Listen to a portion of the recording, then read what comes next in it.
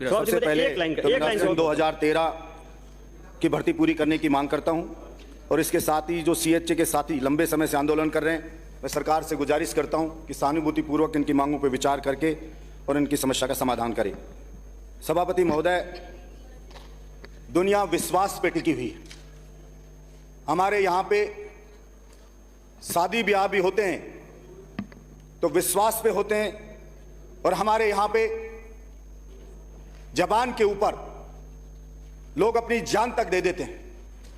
ये मेरे हिंदुस्तान का इतिहास रहा है, लेकिन मुझे बड़े अफसोस के साथ कहना पड़ रहा है सभापति महोदय, मैं 4 साल से मांग करता आ रहा हूं प्रत्येक सत्र में कि जिस प्रकार से 22 राज्यों में अलग अलग कानून बना करके राजस्थान के युवाओं को रोजगार पाने से रोका जा रहा है, तो या तो केंद्र सरकार कानून बना के और उन कानून बने हुए उन कानूनों को स्टेट ने जो बनाए उनको निष्प्रभावी करे, जिससे राजस्थान के बेरोजगार को भी रोजगार मिले।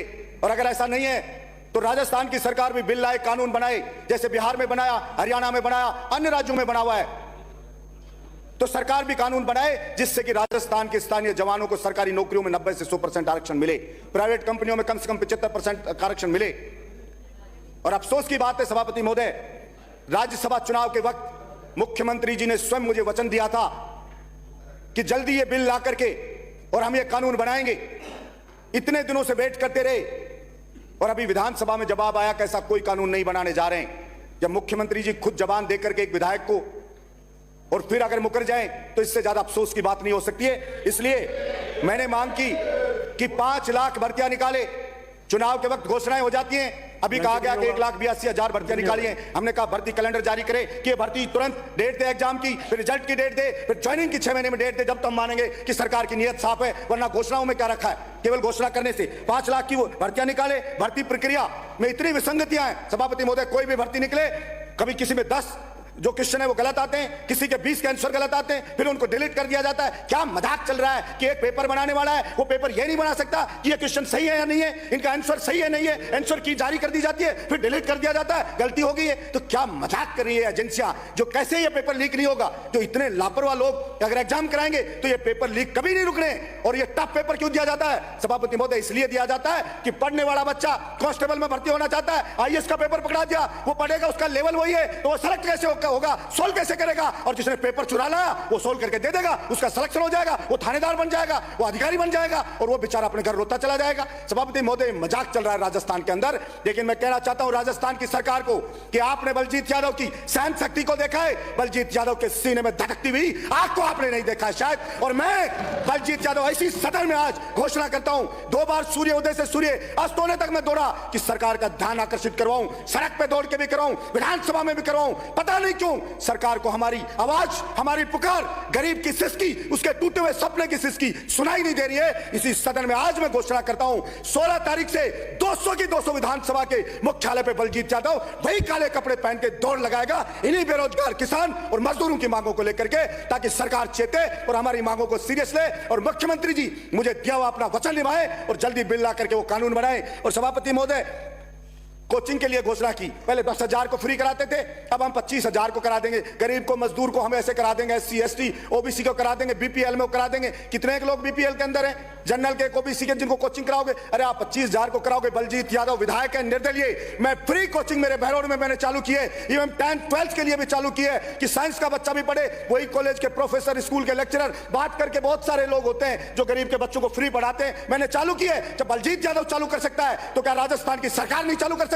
मैंने मेरे यहाँ पे सरकारी स्कूल खोल रखे हैं, प्राइवेट स्कूलों में जाओ, लूट मचा रखी है प्राइवेट स्कूल वालों ने, लेकिन सरकारी स्कूलों की हालत ऐसी है सभापति महोदय। मैं पूछना चाहता हूं सरकार से, अरे सरकारी स्कूल में एक चपरासी नहीं है, चपरासी नहीं है तो स्कूल में झाड़ू कौन निकालेगा, उसकी सफाई कौन करेगा, मेंटेनेंस कैसे होगा? तो गाड़ी आपने ले ली 1 करोड़ की।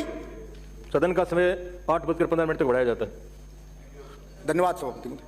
गाड़ी आपने खरीद ली मर्सिडीज कि 1 करोड़ की लेकर के आ गए, सर्विस की उसकी करा नहीं रहे हो, मेंटेनेंस करा नहीं रहे हो, टायर अगर उसका घिस गया तो टायर बदला नहीं रहे हो, तो वो 1 करोड़ की वो चलेगी क्या? तो मजबूर चाहे 800 है वो भी उससे अच्छी रहेगी। इसलिए मैं सरकार से कहना चाहता हूं ज्यादा बजट नहीं लगता। सभापति महोदय, मैं निर्दलीय विधायक हूं, मेरे क्षेत्र के स्कूल में गार्डन बना रहा हूं, ट्रैक बना रहा हूं और स्विमिंग पूल तक सरकारी स्कूल में मैं बना करके छात्रों को दे रहा हूं। तो जब अजीत यादव दे सकता है तो सरकार क्यों नहीं दे सकती? लेकिन सभापति महोदय, पैसा वहां खर्च किया जाता है जहां मोटे आसामियों से माल आ जाता है। सभापति महोदय, राजस्थान की जनता की अगर कोई वास्तव में एसेट है, ताकत है, तो अभी इस वक्त एक जमीन नहीं है हिंदुस्तान में, और वो जमीन का जो बैंक है, लैंड बैंक है, वो मेरे राजस्थान के पास है। अब नजर उसके ऊपर पड़ गई है पूंजीपतियों की, और इसलिए लुटाने में लग गए। उस अडानी को सोलर पार्क बनाने के लिए 1.5 लाख बीघा जमीन देने की तैयारी सरकार कर रही है। अडानी के लिए बिल आ जाएगा कि कितनी जमीन ले लो, रिलायंस ले लो, कोई भी ले लो, टाटा ले लो, लेकिन यहां के बेरोजगार युवाओं के लिए बिल नहीं आएगा।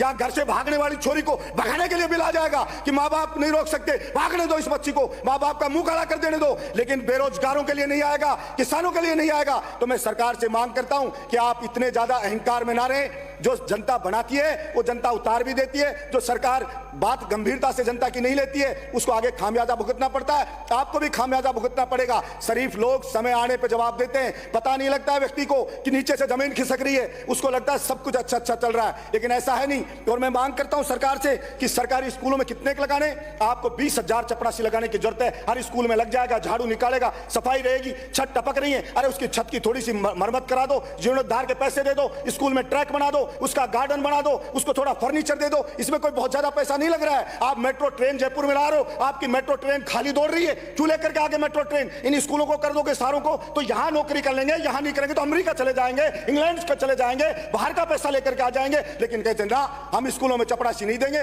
फर्नीचर नहीं देंगे। प्राइवेट स्कूलों में लुटने के लिए जाओ तो वो प्राइवेट स्कूल उनसे ज्यादा अच्छे हैं। इतनी बड़ी बड़ी शानदार बिल्डिंग है, लेकिन बिना मेंटेनेंस के अभाव में सारी जर्जर हो रही है, वीरान हो रही है सभापति महोदय। लेकिन पता नहीं किसी को दिखता नहीं है या किसी को दर्द महसूस नहीं होता है। मेरी तो समझ से परे है ये बातें सारी की सारी। में सोलर पार्क बनाने के लिए अडानी को दे रहे हो। अब इनसे पूछे कोई भाई साहब से कि 1.5 लाख बीघा दे रहे हो, इस राजस्थान को क्या मिलेगा उससे?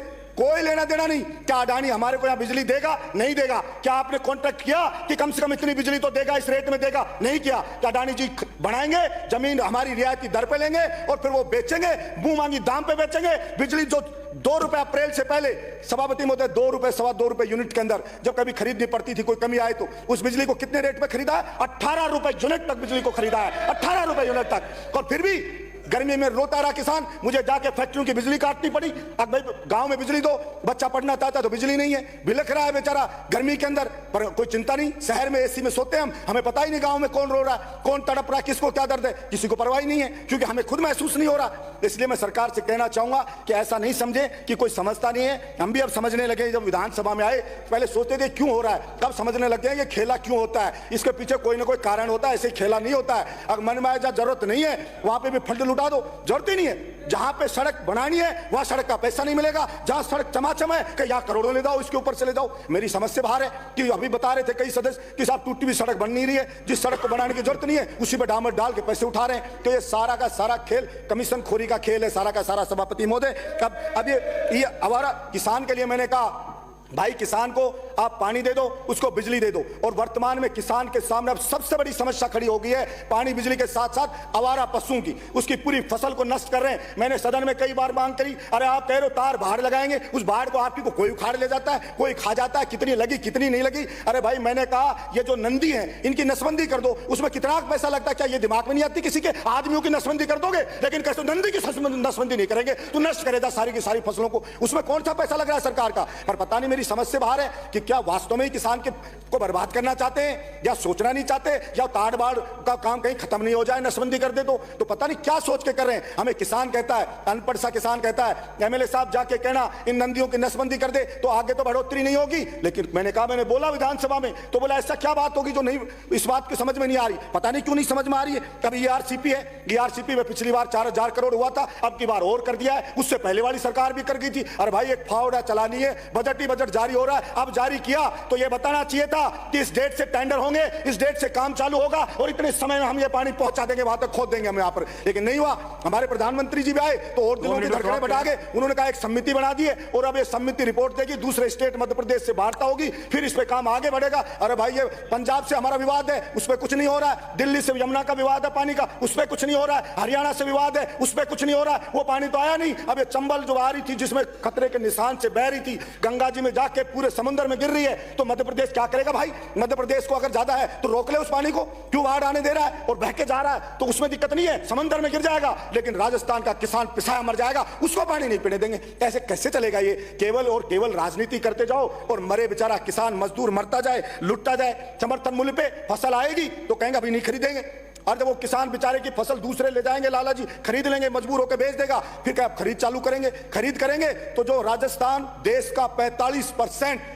बाजरा मेरा राजस्थान अकेला पैदा करता है, लेकिन उस बाजरा को समर्थन मूल्य पे नहीं खरीदेंगे। हमारे बगल के स्टेट के अंदर बाजरा 2300-2400 रुपए के अंदर खरीदा जा रहा है, 2400 रुपए क्विंटल में, और यहाँ पे 1200 रुपए में बेचने को तैयार है किसान। बेचारा 1200 पे बेचने को मजबूर है, वो बिक रहा है, लेकिन उसको नहीं खरीदेंगे। इसी तरह मैं मांग करता हूं सरकार से कि किसान को पूरी उसकी फसल का दाम मिले और किसान का समर्थन मूल्य क्या होता है? मिनिमम प्राइस है, मैक्सिमम प्राइस नहीं है, मिनिमम प्राइस। क्या वो भी सरकार नहीं देना चाहती कि मिनिमम प्राइस से भी आधी रेट पे बेचने को मजबूर है? लेकिन पता नहीं क्यों कि सबके लिए बजट है, हजारों करोड़ ले जाओ उनके लिए बजट है, लेकिन किसान के लिए बजट नहीं है, जवान के लिए बजट नहीं है, गरीब के विद्यार्थी पढ़ने वाले के लिए बजट नहीं है। कभी कह देते हैं लाल डोरे के लिए मांग, मुझे पता है मेरी बात बहुत कड़वी सी लग रही है, पर एक मिनट में, लाल डोरे के लिए आबादी बढ़ गई, कब से लाल डोरा निश्चित है, लेकिन उसको पट्टा नहीं मिल रही है। प्रशासन गांव के संग पट्टा मिल नहीं रहा है क्योंकि आबादी का लाल डोरे का विस्तार नहीं करो। अरे बरसों हो गए, क्या लोग बढ़े नहीं, जनसंख्या बढ़ी नहीं, ये बात समझ में नहीं आ रही, लेकिन उस लाल डोरे का विस्तार नहीं कर रहे हैं। विस्तार नहीं करोगे तो उसको पट्टा नहीं मिलेगा। इसलिए मैं सरकार से मांग करता हूं कि उसका भी करे। और एक वीसी खेलने का एक नया ट्रेंड चल गया आजकल। ये कोरोना भगवान क्या है, यहाँ पे आकर के वीसी छोड़ गए। अब मन में जो ले बैठ जाता अधिकारियों को, आज वीसी है 4 घंटे इसकी, फिर 4 घंटे इसकी, 2 बार सभापति महोदय वीसी चलती है, सब कुछ एकदम जाम हो जाता है, सारा प्रशासन वीसी में लग जाता है। प्रिंसिपल को वीसी बुला लेते हैं, टीचर से तरह तरह की सूचनाएं मांगते हैं, वो बच्चों को पढ़ाए कैसे, हर काम में लगा दिया। तो टीचर को पढ़ाई करने दे, पढ़ाई हो। और थर्ड ग्रेड के टीचर है, ये बरसों से बाहर पड़े, इनको भी मौका देगा अपने